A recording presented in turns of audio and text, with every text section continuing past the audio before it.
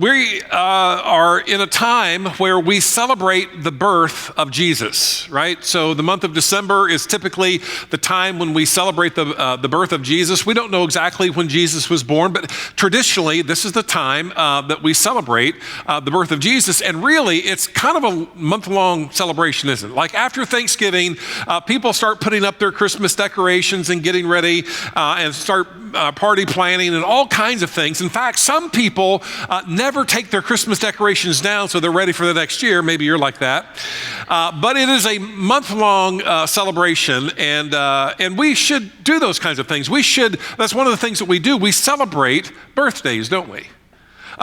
Many of you love to celebrate your birthday. In fact, when your special day comes around, it is like you take the day off work. Some of you go even beyond that, like you celebrate the week of your birth.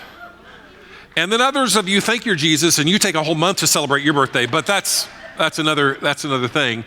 But we do celebrate, and there are two dates in our lives that all of us have, two important dates that all of us have. And the first of those important dates is what is commonly referred to as the year of our birth, and this is the year of my birth.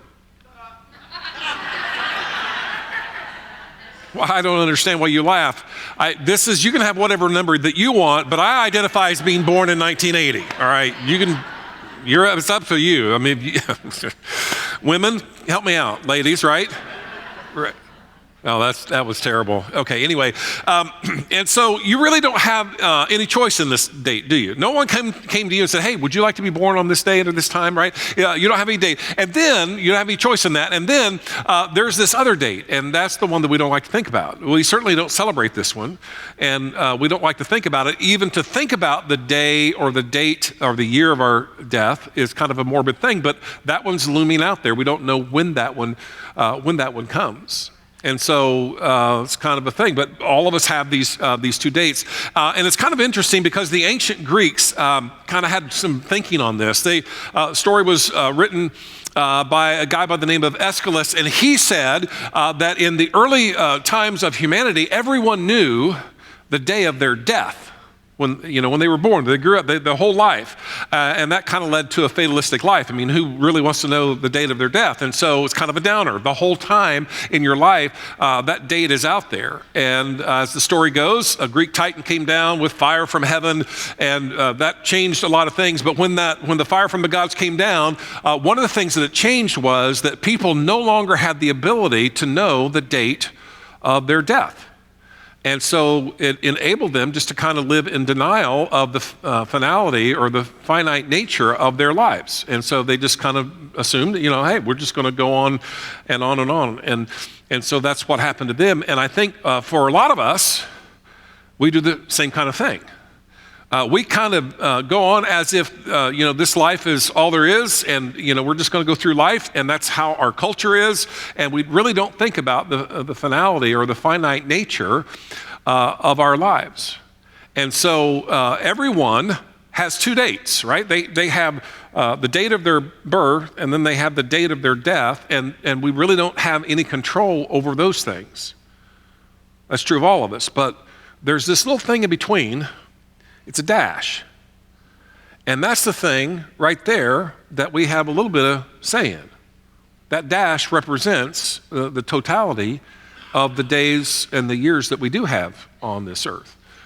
And so really, the whole series that we're going to be talking about that we launched today is we're going to be drilling down on this one question. What are you going to do with your dash? I mean, you have some say in that, right? You have some say in that. And so what are you going to do with your dash? What are you going to do with the one and only life that you have to live? What are you going to do with that? About 3,000 years ago, well, we're going to get to that in just a second, but people thought about how they're going to spend their life. In fact, one of the psalmists about 3,000 years ago said this in Psalm 90, verse 5. He says this, and speaking of the lives that we live, he says this, the lives that we live, are like grass that grows in the morning. In the morning it sprouts and grows, but by evening it withers and dries up. That happens in the desert, in that region of the world. He says in verse 10, our lives last 70 years, or if we're strong, 80 years, but even the best of them are struggle and sorrow. Indeed, they pass away quickly and we fly away. And some of you are in a season of life where you're like, where did the decades go? All of a sudden, where did the decades go? And then he says in verse 12, teach us to number our days carefully. Teach us to number our days carefully so that we may develop wisdom in our hearts. Lord, help us to think about the fact that our lives are finite, that there is a limit to the number of our days, so that we will have wisdom for what? Wisdom for how we live out those days. That's what he's saying. Teach us to number our days carefully so that we will have wisdom as we live out those days. And so in this series, I want us to focus on that dash. I want us to focus on what you're doing and what I'm doing with the one and only life that God has given us to live. Again, 3,000 years ago, a guy by the name of Solomon, you may be familiar with his name. He was the son of the second king in Israel's history, King David. And Solomon lived a remarkable life. In fact, he lived kind of the dream life. If you think, all the accomplishments you could make, Solomon was way up there. In fact, in history, Solomon is recognized as being perhaps the wealthiest individual who's ever lived. In today's terms, he would be worth multi-trillions of dollars. Just crazy. And we're going to see a little bit of that.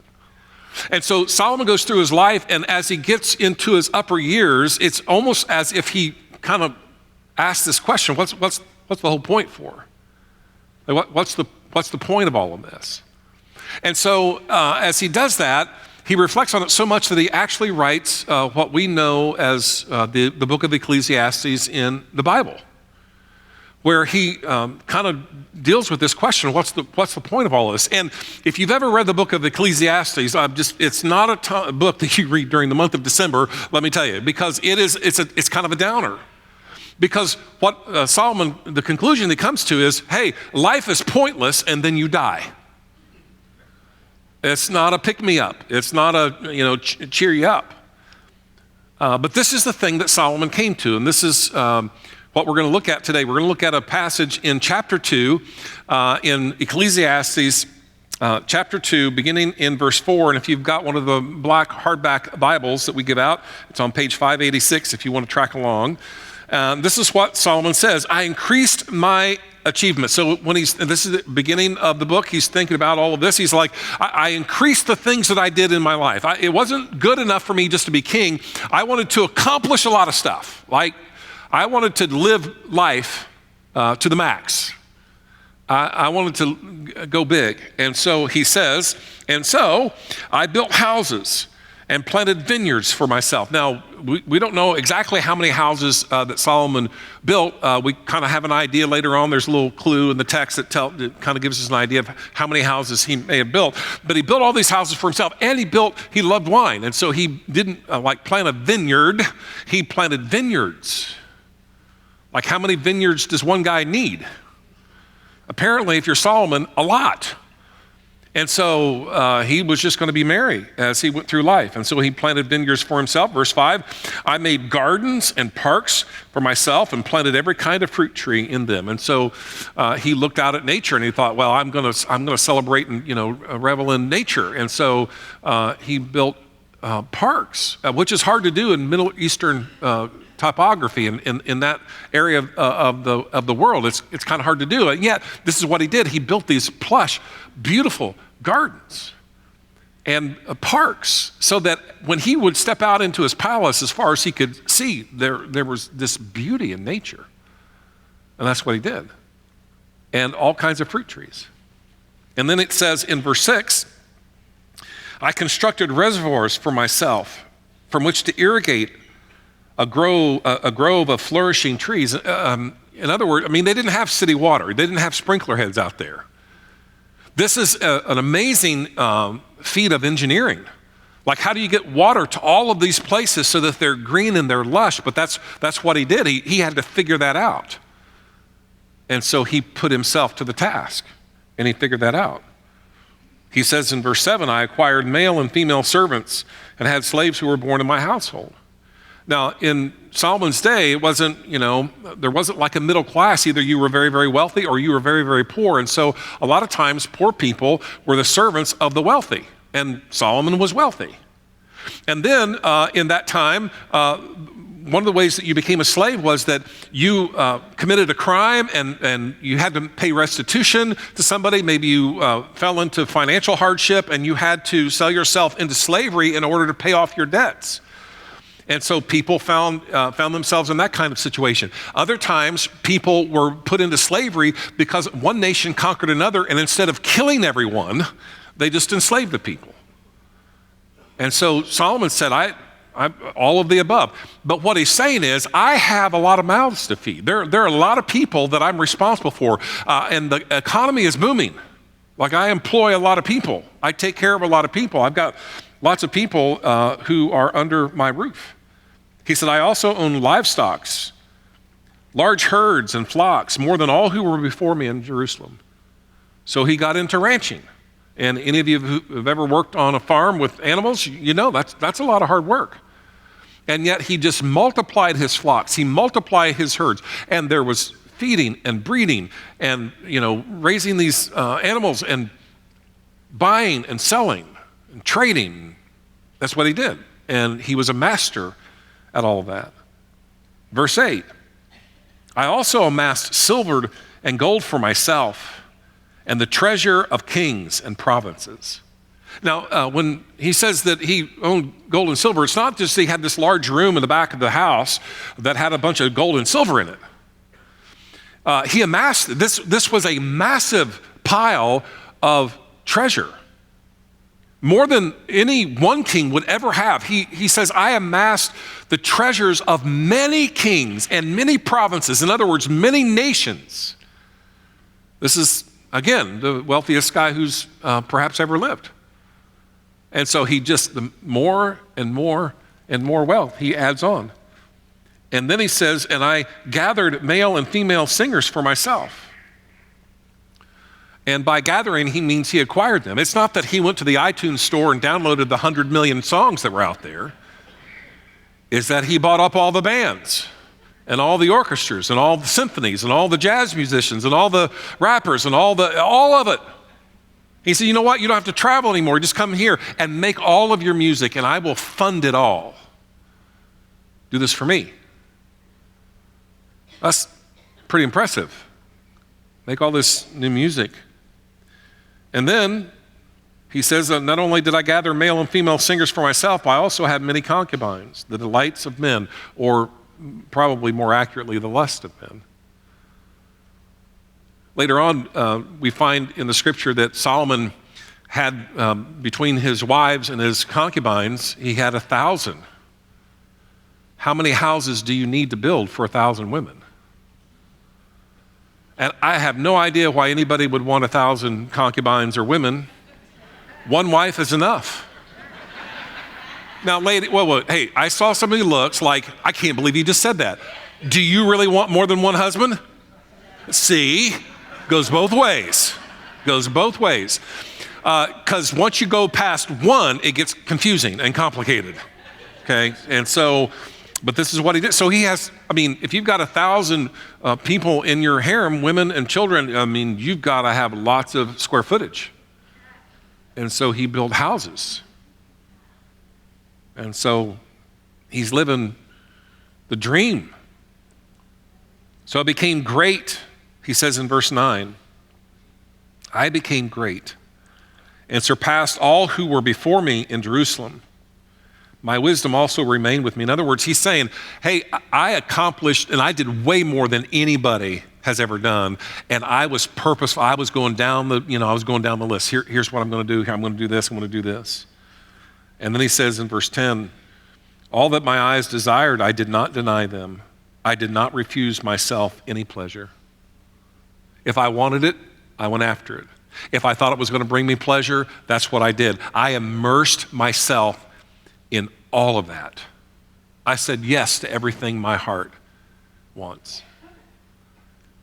And so a lot of people A lot of people would say, that's what I want. That's the kind of life I want. That's the kind of American dream that I want, that I can say yes to everything and it just fills my life and every pleasure I want. There's nothing that I can't have and that I can't do. And this is the life that Solomon lived. This is the life that Solomon lived. And what we find in this recounting of his own life is that he spent most of his life packing in the dash. Packing in that dash. And yet he had a sense that that second date was coming.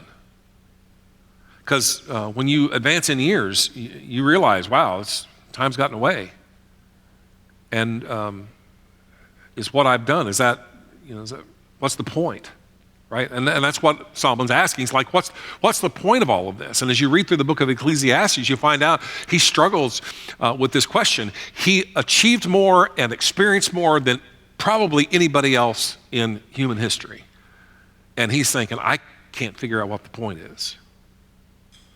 And so he says, this is where it comes up, he says in verse 11, when I considered all that I had accomplished and what I had labored to achieve, so I pushed the pause button and I thought about all the vineyards and all the gardens and all the trees and all of it, all of the ingenuity and the architecture and all of that stuff. I was just like, what's the point? And then he says in the rest of verse 11, he said, I found everything to be futile and a pursuit of the wind.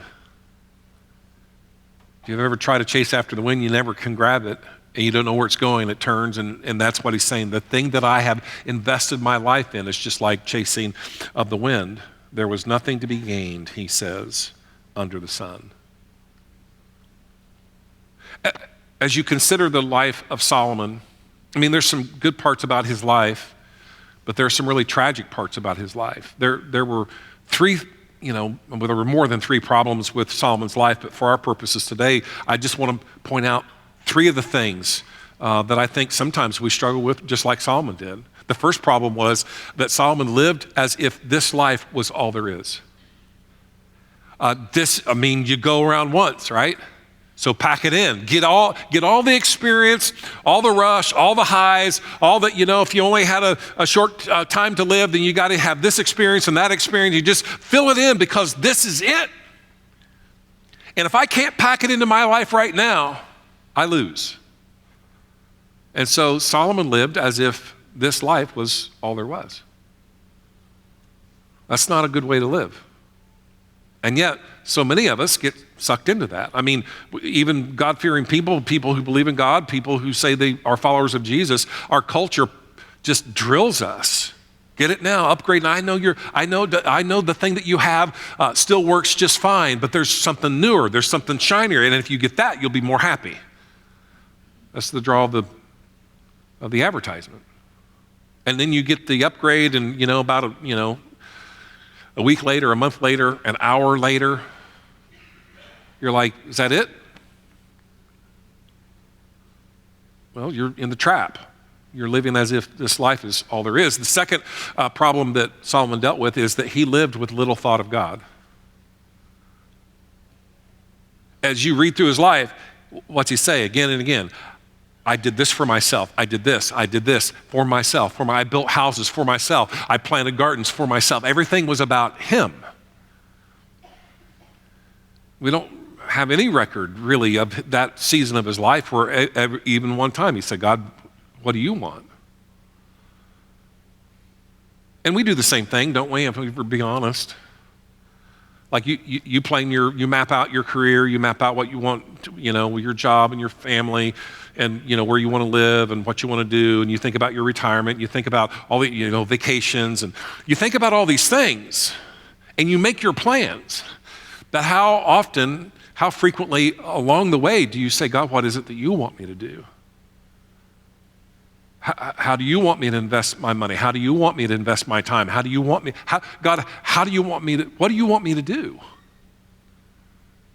Even people who believe in God, even people who say they follow Jesus, we rarely ask those questions. That's what Solomon did. Solomon lived with little thought of God. I mean, he, nodded in the religious direction, but it was really meaningless to him. At the end of the day, Solomon did what Solomon wanted to do. And he really didn't care what God's will was. And if we were to be, brutally honest with ourselves, we'd have to say, that's kind of how I live. I want to do what I want to do and really don't care what God's will is. That was a problem for Solomon, and it's one that we struggle with. And the third thing that he struggled with is he lived as if the pursuit of self-gratification would satisfy, that it would bring meaning and value to his life. That if I can get more, if I can experience more, then that will fill like the desire of my heart. And we go after things, and right when we get it, we think, yes, that's it. And then just moments later, it's all gone. I remember an interview with Tom Brady, NFL quarterback. He'd won a measly 3 Super Bowls. And they were interviewing him, and he was like, this is great. But after 3, it's like, is that it? For him, no, there was 4 more. But when he retires, it's like, is that it?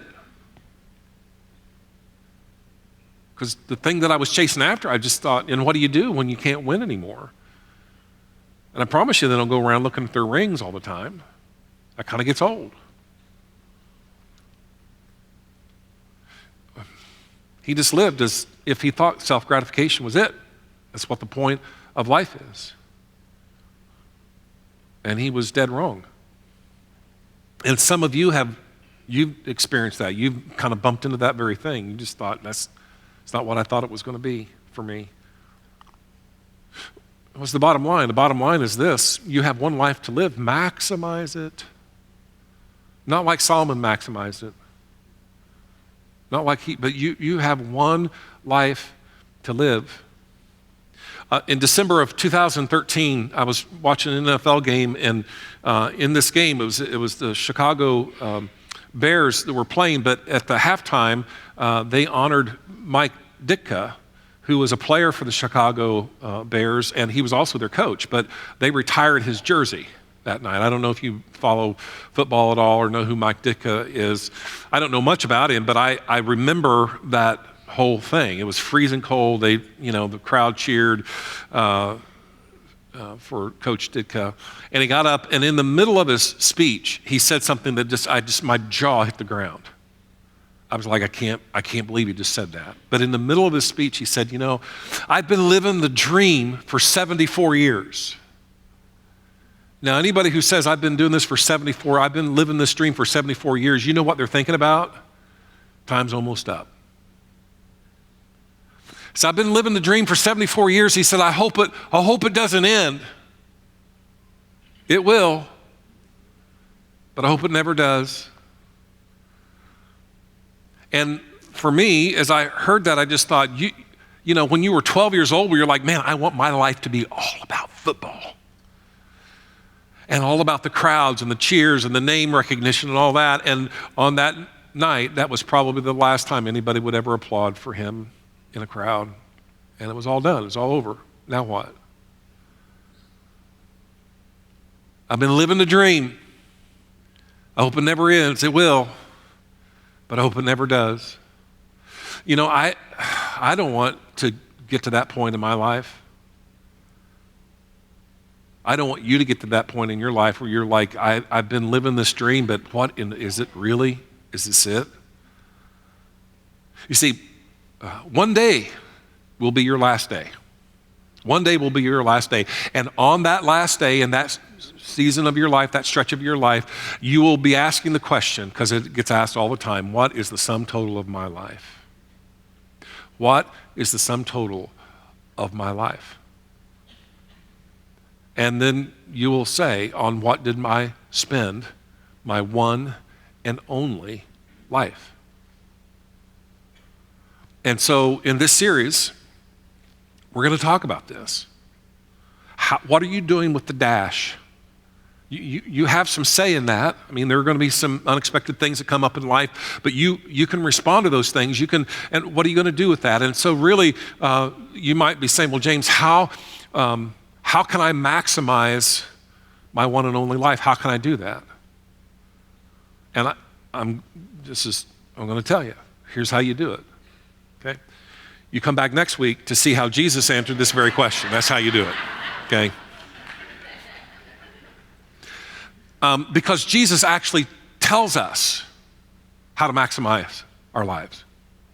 He actually does. And if Jesus Christ were come down and say, here, I want to coach you on how to maximize your life, how to live a great life. Solomon said, I made my life great, but it wasn't really great. And we talk about Solomon for all the wrong reasons. And so Jesus loves you and loves me enough to say, no, I know how to do this. I know how you can maximize your life, and it's not what you think. And so if you want to maximize your life, you need to hear what Jesus says. And we're going to hear what Jesus says next week. So bring someone with you, and let's find out how Jesus answers this most important question. Let's pray. Father, thank you that in the scriptures we have examples of men and women who have various experiences in life, and these are events and lives that you've made sure were embedded in your eternal word, that we thousands of years later can look and can glean the lessons that you want us to glean from the scriptures. And Father, for those of us who are on autopilot and we're just kind of cruising along in life, kind of caught up in the things of our culture, and we're really not giving thought of you, we're really kind of living as if, even though we give lip service to it, we're kind of living as if this is it. And so, Father, I pray that we just don't go down that way, and I pray that as we go into next week and the week after, Lord, that you would just really capture our hearts, that there would be some clarity in our heart and our soul about the one and only life that we have to live. And so, God, I pray that you would help us in these next few weeks. And I ask this in Jesus' name. Amen.